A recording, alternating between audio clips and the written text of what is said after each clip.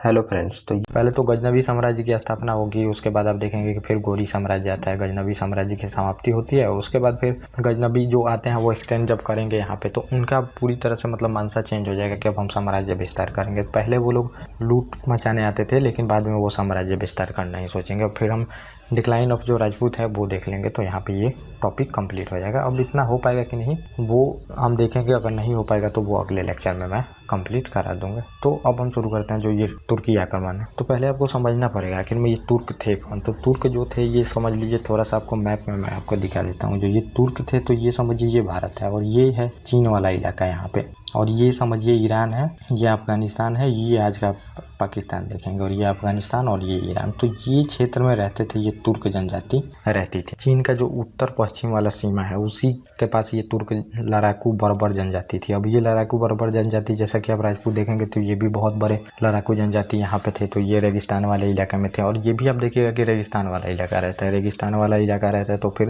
Production का कोई साधन है नहीं। प्रोडक्शन का साधन नहीं है तो फिर क्या करना पड़ेगा आपको, लूट मार करके ही खाना पीना जो भी आपका मतलब जिंदगी चलेगी। तो ये काफ़ी बर्बर जनजाति रहती है, और जब ये आक्रमण करेगी, अरबी आक्रमण करते हैं तो उतना तो टफ नहीं रहते हैं मतलब भारतीय लोगों के प्रति। लेकिन जब इसका इन लोगों का इस्लामीकरण होगा, और इस्लामीकरण होगा और फिर ये यहाँ पे आ जाएंगे, और यहाँ पे गजनवी साम्राज्य की स्थापना होगी तो होगी। उसके बाद जब ये इधर एक्सटेंड करेंगे तो फिर इधर लूट पाट मार मतलब कत्लेआम कराना, इन सब में ये लोग थोड़ा सा भी हिचकिचाते नहीं है यहाँ पे। तो ये टर्की जो ट्राइब रहती है तो यहाँ पे ये ट्राइबल पीपल रहते हैं, और बाद में इनका इस्लामीकरण होगा, ये भी मैं आपको बताऊँगा। तो ये रहते हैं, और ये बिल्कुल आप देखेंगे कि जो चीन रहता है, चाहे इधर जो इलाका है मान लीजिए जापान के इधर वाला, ये सब जो इलाका रहता है तो यहाँ से व्यापार होते रहता है अरब से समझिए। और ये बिल्कुल ट्रेड रूट पे ही रहते हैं, और ट्रेड रूट पे रहते हैं तो ये मतलब हमेशा ट्रेड रूट को कब्जा करने के लिए हमेशा ये लोग आपस में लड़ते रहते हैं। और लड़ते लड़ते मतलब एक आर्ट सीखे जाते हैं लड़ने का, किसी भी बात पे लड़ना, लड़ाई झगड़ा ये सब। जैसा कि आप ये भी देखेंगे ये रेगिस्तान वाले क्षेत्र में राजपूतों की उत्पत्ति होती है। तो ये भी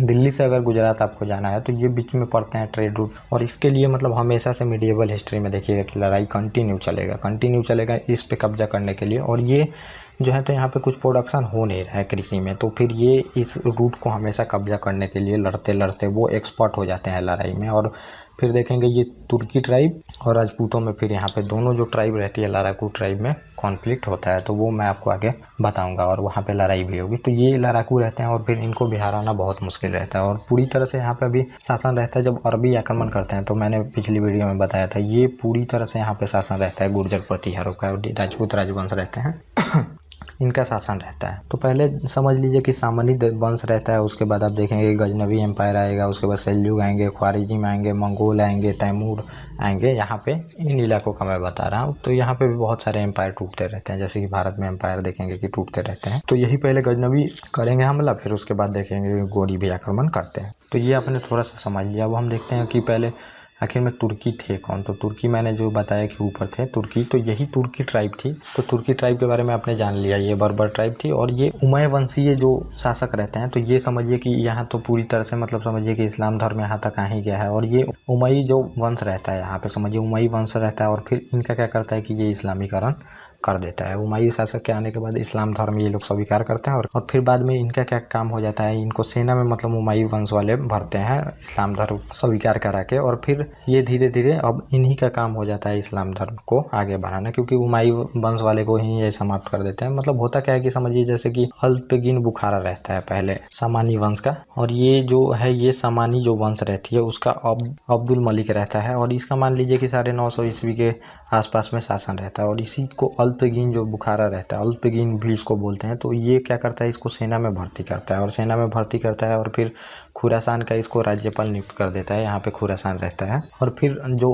अब्दुल मलिक है उसका देहांत हो जाता है। जो सामानी वंश का रहता है, यहाँ पे सामानी वंश रहता है, इसका देहांत हो जाता है। जो अल्पगिन बुखारा है तो फिर ये क्या करता है कि वहाँ पे होता है कि उनके चाचा अब्दुल मलिक है जो उसका चाचा, और फिर उसके जो भाई है अब्दुल मलिक है, उसके बीच में फिर उत्तराधिकारी के लिए संघर्ष होता है। और ये करता क्या है, जो अल्पगिन रहता है इसको सेना में भर्ती करके ये काफ़ी मतलब ऊंचे पद पे चला ही जाता है, और ये चाचा का उसका सपोर्ट करता है जो कि अब्दुल मलिक का चाचा रहता है। और फिर इसका भाई जो रहता है उत्तराधिकारी में जीत जाता है, फिर इनको वहाँ से भागना पड़ता है। और ये अल्पगिन जो रहता है ये मतलब समझिए कि 800 सैनिकों को लेकर वहाँ से भाग जाता है गजनी वाले इलाकों में। यही गजनी वाला इलाका है, और गजनी वाले इलाकों में भाग जाता है, और फिर वहाँ पे ये गजनी साम्राज्य की स्थापना करता है। मतलब गजनी इसको राजधानी बनाता है तो इसको गजनी साम्राज्य बोलते हैं। और फिर क्या होता है कि अल्तुतमिन जो रहता है इसकी भी मृत्यु हो जाती है। फिर उसका पुत्र भी देखेंगे इसहाक रहता है, वो भी गद्दी पर बैठता है। बल्तगिन रहता है, वो भी गद्दी पर बैठता है। मतलब ये लोग उतने इंपॉर्टेंट नहीं रहते हैं। फिर उसके बाद सुबुक्तगिन गद्दी पर बैठता है। तो यहाँ पे आपको पता चलेगा ये अल्तुतमिन शामली वंश के शासक अब्दुल मलिक का गुलाम था। जैसा मैंने बताया कि टर्कियों का फिर वो सेना में भर्ती करता है इस्लाम स्वीकार करा के, और यही मतलब अल्तुतमिन रहता है। और अब्दुल मलिक रहता है ये शामली वंश का मतलब राजा रहता है। और फिर इसका सेना में धीरे धीरे पद बढ़ते जाता है। और जो अब्दुल मलिक है इसकी मृत्यु होती है। और चाचा फिर और इसके भाई के बीच में लड़ाई जब शुरू होती है उत्तराधिकारी का युद्ध, तो इसमें ये चाचा का सपोर्ट करता है, लेकिन इसका भाई जीतता है। फिर इसको भागना पड़ता है गजनी वाले इलाकों में। तो 800 सैनिक लेके भागता है और गजनी वाले इलाकों में आके फिर ये यामनी वंश की स्थापना करता है, या फिर इसको गजनी वंश भी बोलते हैं। तो यही है अल्तुतमिन। और फिर इसका पुत्र के बारे में मैंने बताया। और दूसरा जो शासक बनता है अल्तुतमिन के बाद ये सुबुक्तगिन बनता है। और ये अल्तुतमिन जो रहता है उसकी मृत्यु के बाद सुबुक्तगिन 977 से 997 तक देखेंगे गजनी के गद्दी पे बैठता है। और प्रारंभ में वह एक दास था, तो दासों का व्यापार वहाँ पे बहुत था। सेना में दास को ही भर्ती किया जाता था, घरेलू काम के लिए दासों का यूज किया जाता था, मतलब हर एक काम में दासों का यूज किया जाता था। और दास जो होते थे वो समझिए कि अपने मालिक के लिए जान भी देना हो तो वो देने से पीछे नहीं हटते थे वहाँ पे।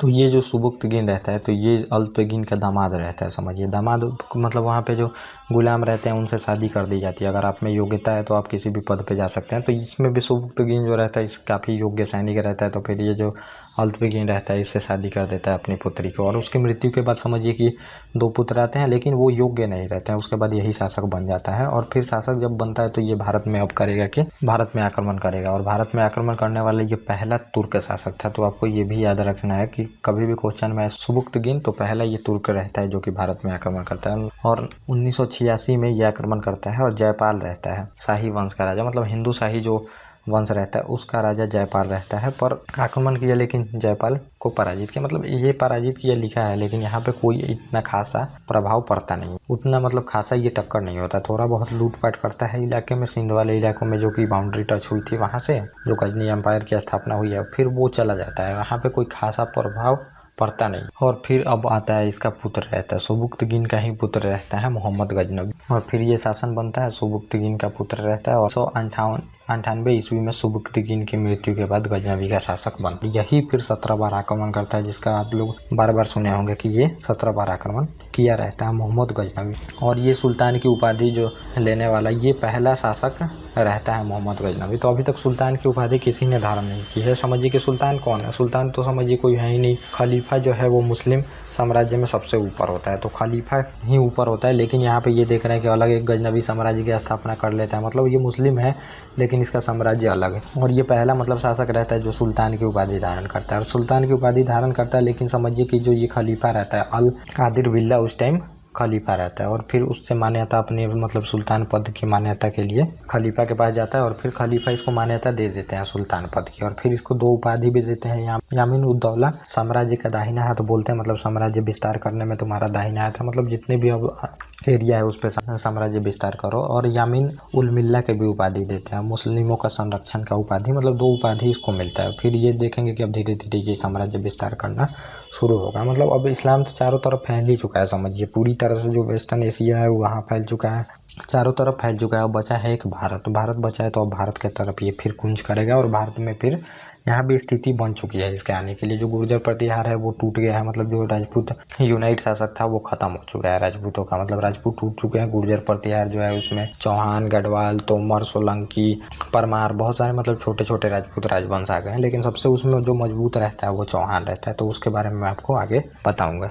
और जो मोहम्मद गजनवी रहता है ये भारत पे केवल लूटपाट मचाने ही आता है, इसमें कोई साम्राज्य विस्तार करने का मौका नहीं रहता, क्योंकि वहाँ पे इसका साम्राज्य विस्तार रहता है। और आपको ये भी थोड़ा सा पता होना चाहिए, ये जो गजनवी एम्पायर है तो ये इधर भी एक्सटेंड कर रहे हैं, और इधर जो है वो मुस्लिम एम्पायर है, उधर सेल्जुक हैं, इधर ख्वारिज्म भी हैं ऊपर में, और इधर जो ये तुर्की ट्राइब है इससे लड़ नहीं सकता है। तो मतलब इनका इधर जो है ये फ्रंट खुला रहता है, हमेशा इधर लड़ाई चलते रहता है। और जब भी इधर ये ज़्यादा पुश होने लगते हैं तो समझिए इधर से जब उधर वाला साम्राज्य पुश करता है तो फिर इनको ज़रूरत पड़ती है इसको पैसे की ज़रूरत पड़ती है, क्योंकि लड़ाई करने के लिए आपको क्या चाहिए, पैसा चाहिए।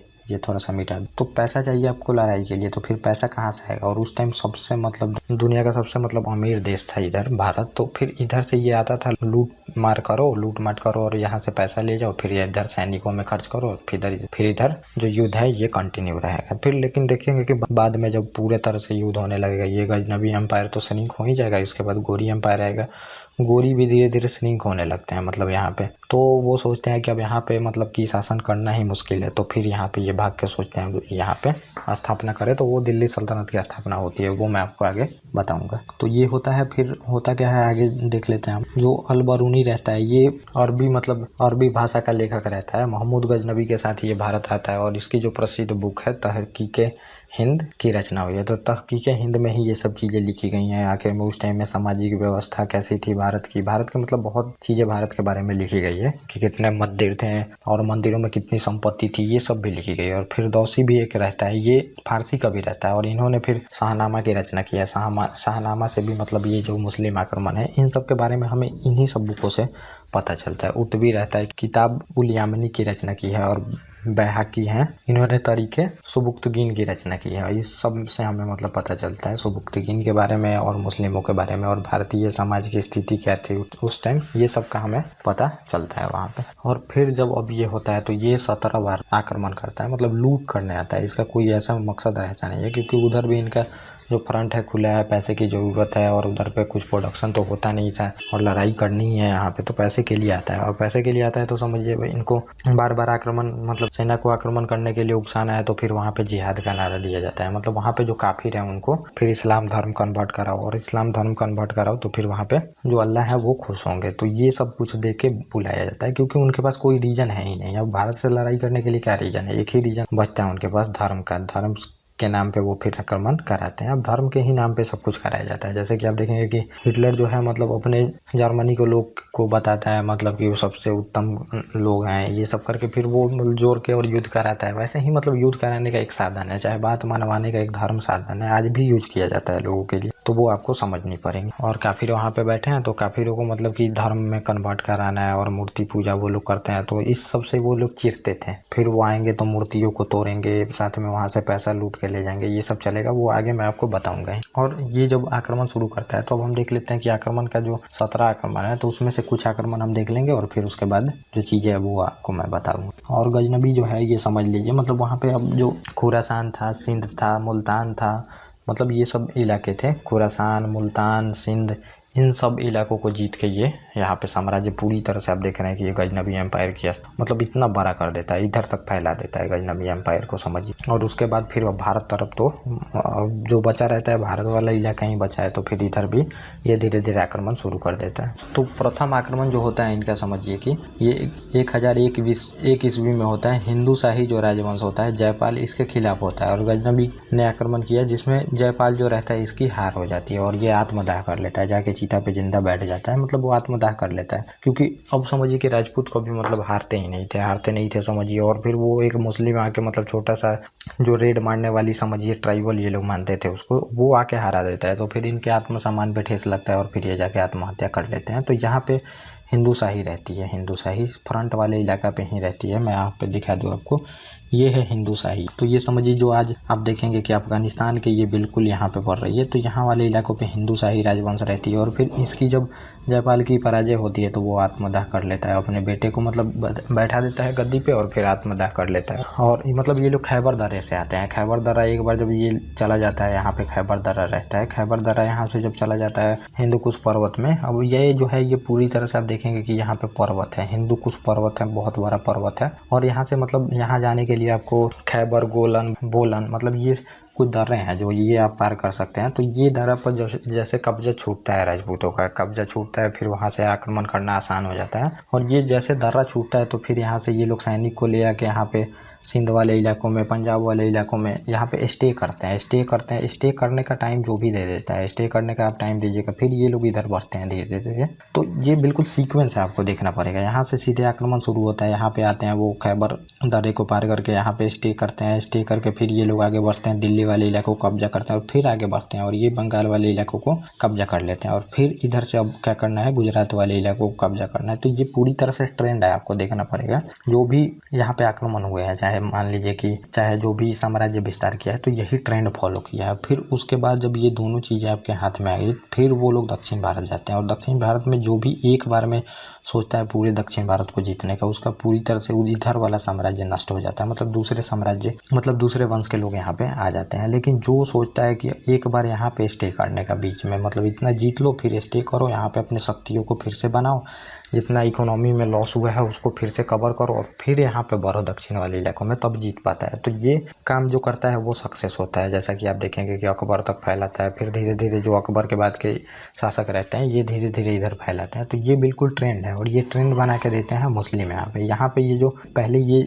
इलाका छूटता है पेशावर वाला, खैबर दर्रे से एंटर करके ये लोग पेशावर को जीत जाते हैं और पेशावर को जीत के फिर उधर से गोमल को जीत के इधर से गोमल रहता है गोमल वाले दर्रे से पार करके इधर जो मुल्तान रहता है उसको जीत जाता है सब। फिर बोलन वाला जो दर्रा रहता है उसको पार करके मंचूर वाला इलाका है इधर वाला जीत के फिर मतलब इधर से भी आक्रमण होता है कभी कभी इधर से। तो ये लोग आते हैं समझिए हिंदुशाही को पार करके, कभी कभी इधर जो गोलन वाला दर्रा है इधर से फिर वहाँ पे चले जाते हैं लूट मार करके, क्योंकि जब ये लूट करते हैं तो धन संपत्ति बहुत ज़्यादा हो जाती है और जाने के लिए फिर जल्दी से इधर से जाना पड़ता है। तो गोमल दर्रे से पार करके ये लोग फिर से भाग जाते हैं उधर। तो ये ट्रेंड रहता है। जयपाल यहाँ पे पराजित होकर फिर वो आत्मदाह कर लेता है। मतलब आत्मदाह तो नहीं करना चाहिए, यहाँ पे हारने से आत्मदाह, फिर से यही सेना को संगठित करता, संगठित करके फिर से मतलब कि अच्छा एक युद्ध देने की कोशिश करता है। लेकिन जो ये युद्ध देने की कोशिश नहीं करता है जयपाल यहाँ पे, तो ये होता है यहाँ पे। जैसे कि आप देखेंगे कि घोरी आएगा तो वो एक बार तो हार जाएगा, लेकिन फिर दूसरी बार जितने भी सेना उसके रहते हैं, मतलब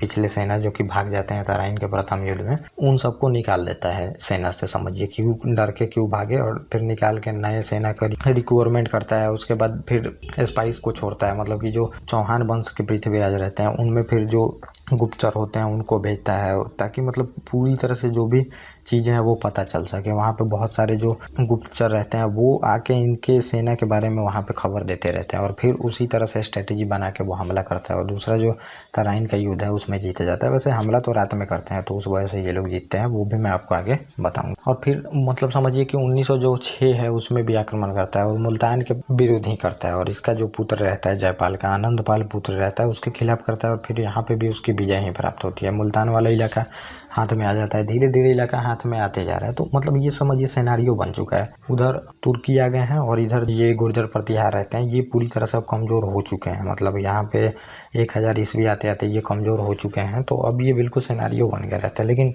गुर्जर प्रतिहार जब भी शासक में रहते हैं तो इन लोगों की हिम्मत नहीं होती है कि आक्रमण करके फिर हरा सके राजपूतों को। तो ये यहाँ पे ट्रेंड रहता है। राजपूत जब टूटते हैं फिर भी देखेंगे चौहान एक छोटा मतलब रहता है समझिए वहाँ पे। अगर लैंड वाइज आप देखें तो ये समझिए गजनवी एम्पायर इतने दूर में रहता है, लेकिन फिर जो गोरी एम्पायर आएगा ये भी इतना ही दूर में रहेगा। लेकिन चौहानों का देखेंगे तो इतने छोटे इलाकों पे शासन रहता है, लेकिन फिर भी ये इतना बहादुरी से लड़के उसको हराते भी हैं। वो सब सिनेरियो आगे आएगा जो कि मैं आपको बताऊंगा उसमें। और फिर आनंद पाल के खिलाफ फिर भी आक्रमण होता है, मतलब दोबारा भी आक्रमण होता है। तो ये जो मुल्तान रहता है इसको 1008 में समझिए अपने में मिला ही लेता है, मुल्तान को जीत जाता है। तो फिर यहाँ से अब इनको खटकना चाहिए राजपूतों को, लेकिन राजपूतों को कुछ नहीं खटकता। ये लोग अपने में मतलब आपस में लड़ने में भी बेचैन थे। तो हर एक जो छोटे छोटे राजवंश में बंटे थे तो वो लोग आपस में लड़ते थे और अपने अपने साम्राज्य का विस्तार करते थे। उधर अभी ध्यान किसी का गया नहीं, बाद में उधर ध्यान जाएगा। जब तबर हिंद का किला जब जीतता है मोहम्मद गोरी, तब जाके चौहानों को वहाँ पे चमकता है कि अब मतलब युद्ध सामने रहता है। जब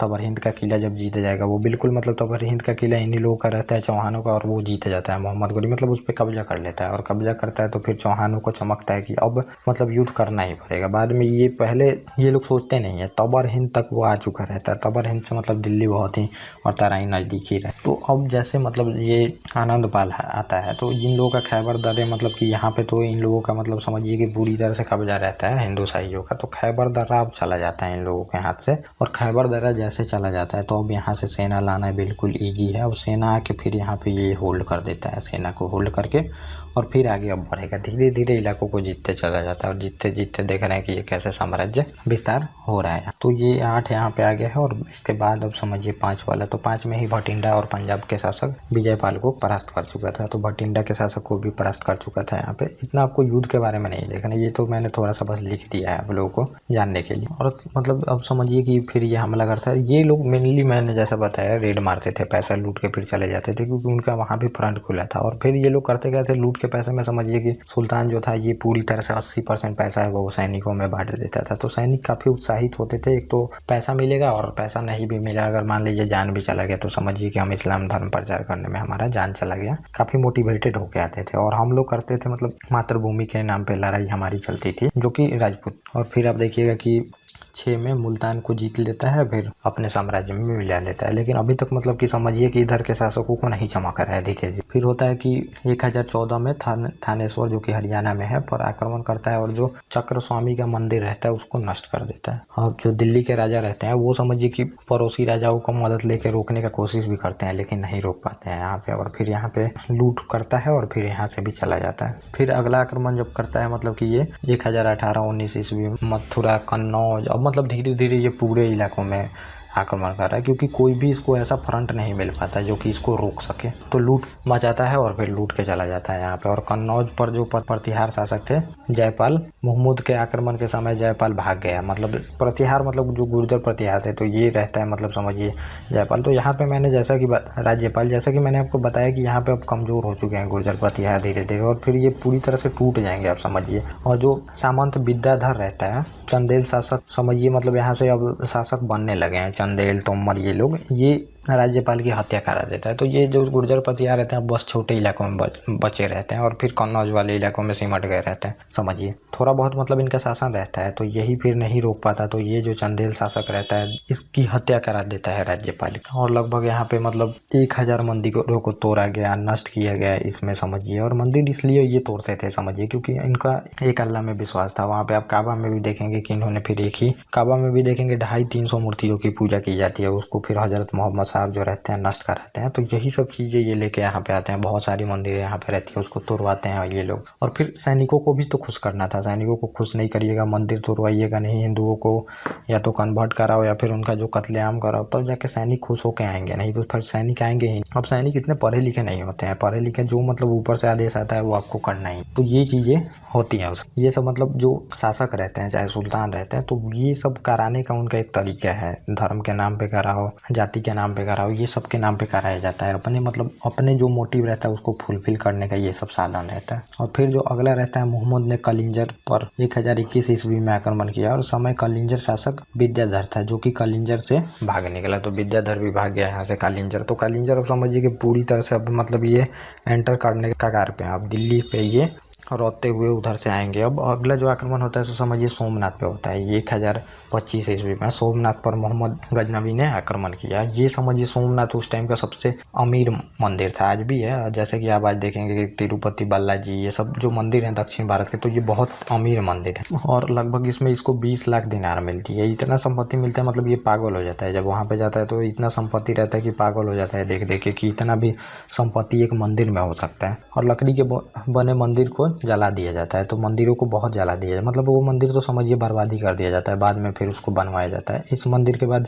गुजरात के शासक भीम द्वितीय रहते हैं, इन्हीं के शासनकाल में तो आक्रमण हुआ रहता है। और फिर ये ही इस मंदिर को लकड़ी के पहले रहता है, उसको ईंटों से बनवा देते हैं बाद में। भीम प्रथम रहते हैं शासक और लगभग 50,000 से अधिक लोगों को यहाँ पे मारा जाता है। मंदिर में लोग इकट्ठा रहते हैं ऐसा पता चलता है उस टाइम की।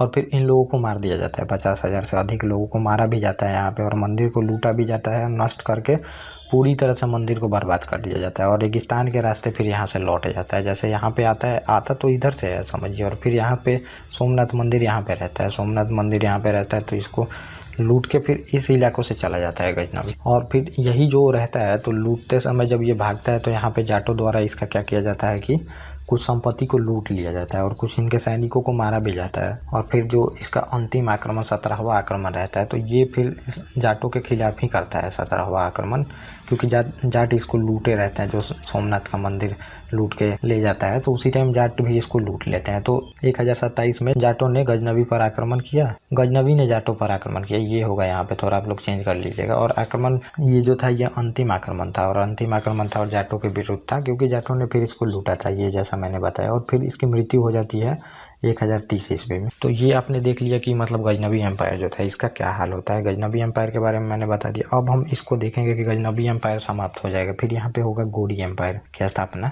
गौरी कबीले के थे, तो ये मैं आपको बताऊंगा अभी कैसे कैसे होता है। तो जो मोहम्मद गजनवी रहता है, उस 1030 ईस्वी में वहीं पे मृत्यु हो जाता है, गजनी वाले इलाके में ही। तो अब इसके मृत्यु का मतलब ऐसा बोला जाता है कि इतना धन संपत्ति मिल गया रहता है कि धीरे धीरे वो देखते देखते पागल हो जाता है। लेकिन ये उचित जो है ये नहीं है। लेकिन मतलब समझिए कैसे भी मृत्यु हुई हो, उसको जानने को आप लोगों को उत्साहित नहीं रहना है। किसकी कैसे मृत्यु हुई, कितने चाकू लगे, कितनी गोलियां लगी, कैसे मारा गया, ये सब क्वेश्चन नहीं आते। तो आप लोग उसी पे ध्यान दें जहाँ ज़्यादा क्वेश्चन आते हैं। तो वो थोड़ा सा समझ लिए कि मृत्यु हो जाती है। लेकिन बहुत सारे लोग होते हैं जो जानने का कोशिश करते हैं कि कैसे मृत्यु हुई, क्यों उसकी मृत्यु हुई। तो ये जहाँ पे ज़रूरत रहेगी वहाँ पे मैं खुद ही बता दूंगा। तो उसकी मृत्यु हो जाती है। और जो उद्देश्य मैंने बताया था कि अरबी का क्या उद्देश्य रहता है आक्रमण का, तो वो पहली लेक्चर में ये सब चीज़ें मैंने बताई हैं। तो आप लोग कृपया इसको सीक्वेंस से देखें, मिडिएवल हिस्ट्री, और जो भी चीज़ें हैं उसको सीक्वेंस से देखने का कोशिश करें।